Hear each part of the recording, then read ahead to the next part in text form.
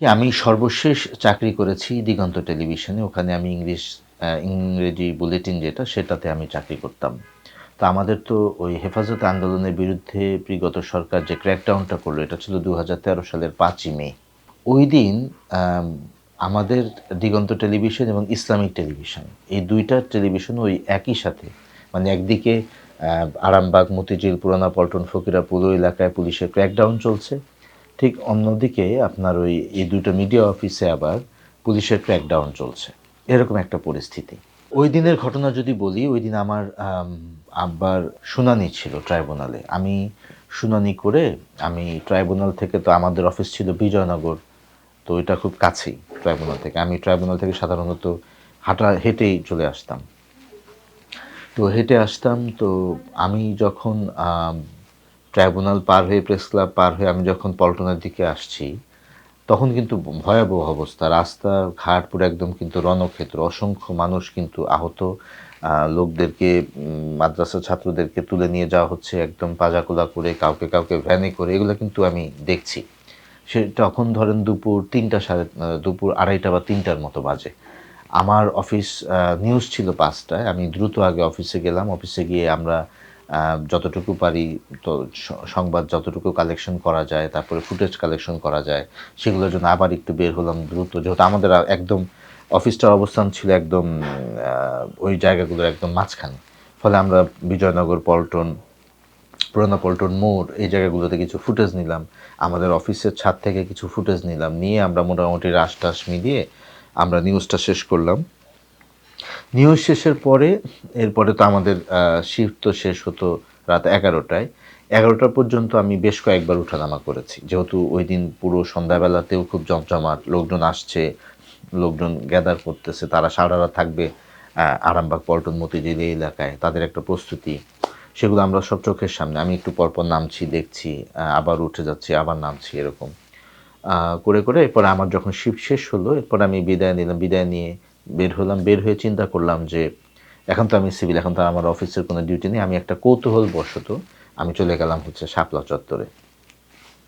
এবং শাপলা চত্বরের ওই ঘটনাটা কিন্তু কয়েকটা চ্যানেল লাইভ করেছিল, ইনক্লুডিং আমাদের টেলিভিশন সহ লাইভ করেছিল। আর আমি নিজেও ঘুরে ঘুরে দেখছিলাম। আমি ফকিরাপুল থেকে আপনার পল্টন কালভার্ট রোড হয়ে আপনার ফকিরাপুলের দিকে গেলাম, আবার ওখান থেকে আরামবাগের দিকে গেলাম।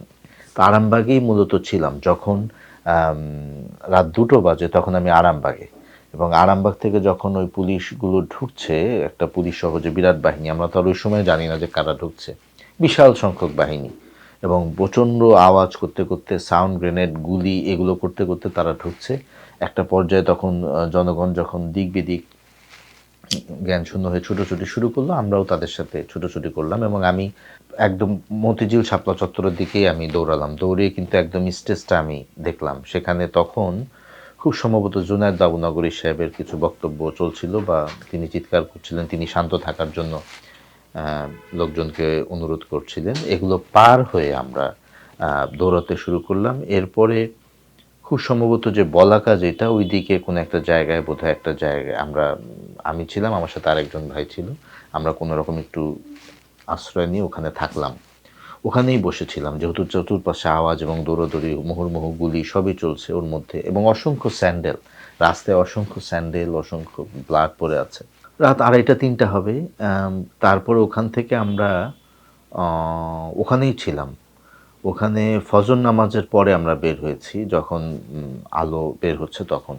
ওইখানে যখন আমরা বসা, আমি আর আমার আরেক পরিচিত একজন ভাই, আমার সিনিয়র, তখন হচ্ছে আমার অফিস থেকে আমার আরেকজন কলিগ, উনি সেদিন বাসায় যান নাই। উনিও এই সিচুয়েশনের যে উত্তেজনা সব কিছু মিলিয়ে তিনি ছিলেন। এবং তিনি আমাকে ফোন দিয়ে বললেন যে এরকম তো আইনশৃঙ্খলা বাহিনীর লোকজন আসছে, এবং তারা পিসিআর, এমসিআর সব বন্ধ করে দিয়েছে, বা সব ক্লোজ করে দিচ্ছে, ৩৮ স্টেশন ব্লক করে দিয়েছে সব। তখনই জানতে পারলাম যে টেলিভিশনটা বন্ধ। তো প্রাথমিকভাবে তো বুঝতে পারি নাই। হয়তো মনে করেছিলাম যে হয়তো লাইভটা বন্ধ করেছে বা কিছু একটা। পরে না বুঝলাম যে আসলে টেলিভিশন স্টেশনই তারা বন্ধ করে দিয়েছে একটা। আমরা ফজর নামাজ পড়ে ওখানেই। কারণ ওখানে পরিবেশটা এরকম ছিল যে বের হওয়ার মতো কোনো অবস্থা নেই। ওখানে তো গোলাগুলি এবং আপনার কোনো মানুষ নেই, শুধু মানুষ শুয়ে আছে। আপনি একজনের উপর একজন শুয়ে আছে। তারা কয়জন মারা গেছে বা জানি না, তারা অজ্ঞান হয়ে গেছে তাও জানি না। আমরা জাস্ট একটা, আমার এখনো মনে পড়ে, দুটো বিল্ডিংয়ের মাঝখানে যেই সরু জায়গাটা, ওখানে আমি সারা রাত আমি দাঁড়ানো। তা সারা রাত বলতে প্রায় 2-3 ঘন্টা, কারণ এটা তো শুরু হয়েছিল 3টার পরে, 3:30টার পরে। তো ওই সময় থেকে আপনার ফজর পর্যন্ত এই সময়টা পার করে যখন আস্তে আস্তে দিনের আলো ফুটলো, তখন আমরা আবার ওখান থেকে বের হলাম। তখন আমার মতো আরও অনেকেই আস্তে আস্তে বের হচ্ছে, এবং তখন আর পুলিশ ঝামেলা করেনি, আমাদেরকে যেতে দিয়েছে। না দেখেন, মৃত্যু ভয়, আমি আল্লাহর রহমতে, আমি আল্লাহর কাছে শুকরিয়া আদায় করি। আমি বিগত মানে এই 15 বছরে যা কিছু হয়েছে বাংলাদেশের রাজধানীতে, বড় বড় কর্মসূচি, আপনি মনে করেন যে সেটা রাজপথের কোনো প্রোগ্রাম হোক, 4 দলীয় জোটের কোনো জনসভা হোক, এই হেফাজতের এটা বললাম, তারপরে ধরেন এই যে শাহবাগের যে আন্দোলনের সময়গুলো, তারপরে ধরেন আমার বাবার যে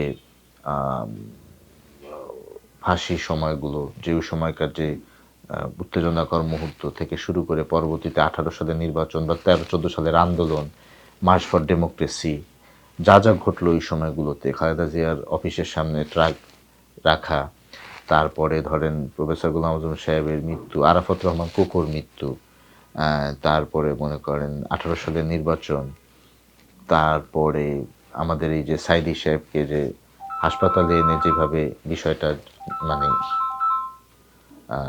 যেভাবে ওই দিনকার হাসপাতালের ভেতরে যে ম্যাসাকার, এই প্রত্যেকটা ঘটনায় কিন্তু আমি ফিল্ডে, আমার আল্লাহর রহমতে আমি জানি না আমার মতো আর কেউ বলতে পারবে কিনা, আমি প্রতিটা ঘটনায় মাঠে ছিলাম। আমি কোনো ঘটনারই আপনার দূর থেকে দেখেছি এরকম না, প্রত্যেকটা, বা ফোনে শুনেছি বা ফেসবুকে পড়েছি এরকম না, আমি প্রত্যেকটাতেই মাঠে ছিলাম এবং প্রতিটা ঘটনায় আমাকে দেখার সুযোগ হয়েছে। সো এই ঘটনাগুলোর সময় যেটা আপনি বললেন যে মৃত্যু ভয়, ওটা তো আসলে ওই সময়টায় যখন আপনি অনেক লোকজনের মাঝখানে থাকবেন তখন খুব বেশি একটা কাজ করে না, কিন্তু যখন পরবর্তীতে একা হয়ে যান বা কোনো কারণে যখন আপনি দেখেন যে না আপনার আশপাশে কেউ নাই, আপনি একা, অথবা এখন যখন চিন্তা করি তখন মনে হয় যে এটা খুব টাফ, খুবই টাফ।